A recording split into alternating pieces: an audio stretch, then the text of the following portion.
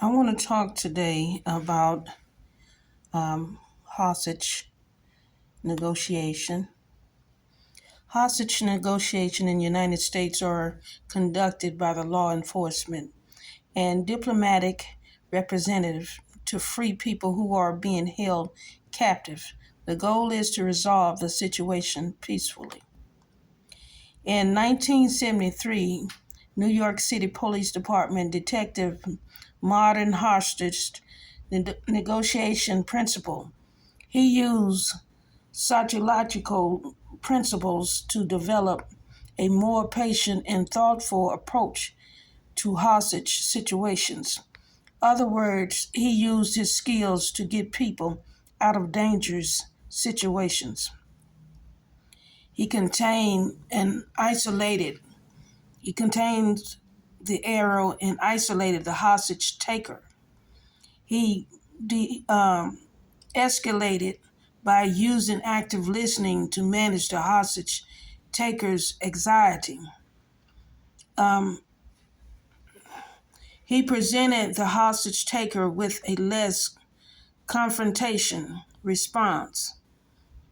He also explored feelings, tried to understand the underlying feelings behind the hostage taker's demand. He worked slowly, allowed heated emotions to subside over time. We know some of you are hurt. We want to help you. Boom. A bullhorn on top of an armored police vehicle. Please come out with your hands on your head and you will be treated. There is no place for you to go. The building, the block, and the entire area is surrounded. This is what was yelled out to the hostage taker.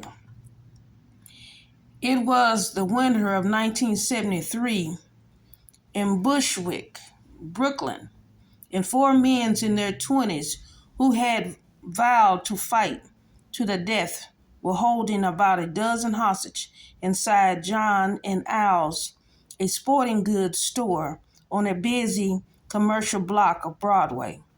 The siege would last 47 hours long, one of the longest such drama in the city and history, and marked a turning point in the New York Police Department approach in hostage situations.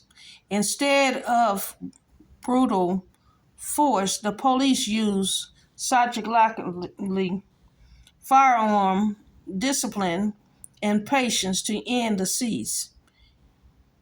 Technique that would be codified in the department hostage negotiating training program begins.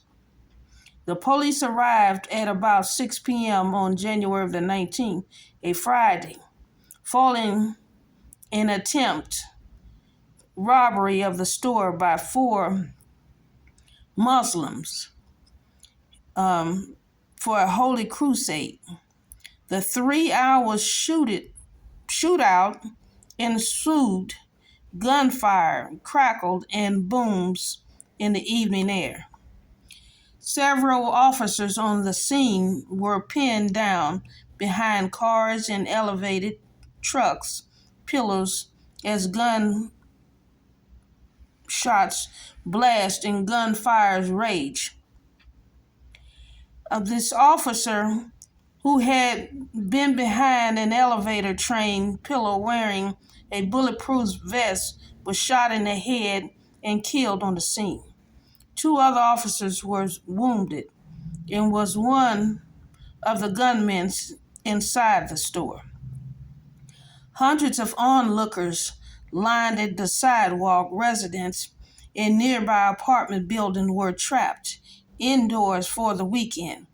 By the next afternoon, two hostages had been released, and the third was let go in exchange for a doctor bringing medical supplies to treat the injuries. Gunmen. But in 1974, the men were tried was tried in state Supreme Court in Brooklyn. A jury found them all guilty of 41 counts, including murder, kidnapping, and robbery.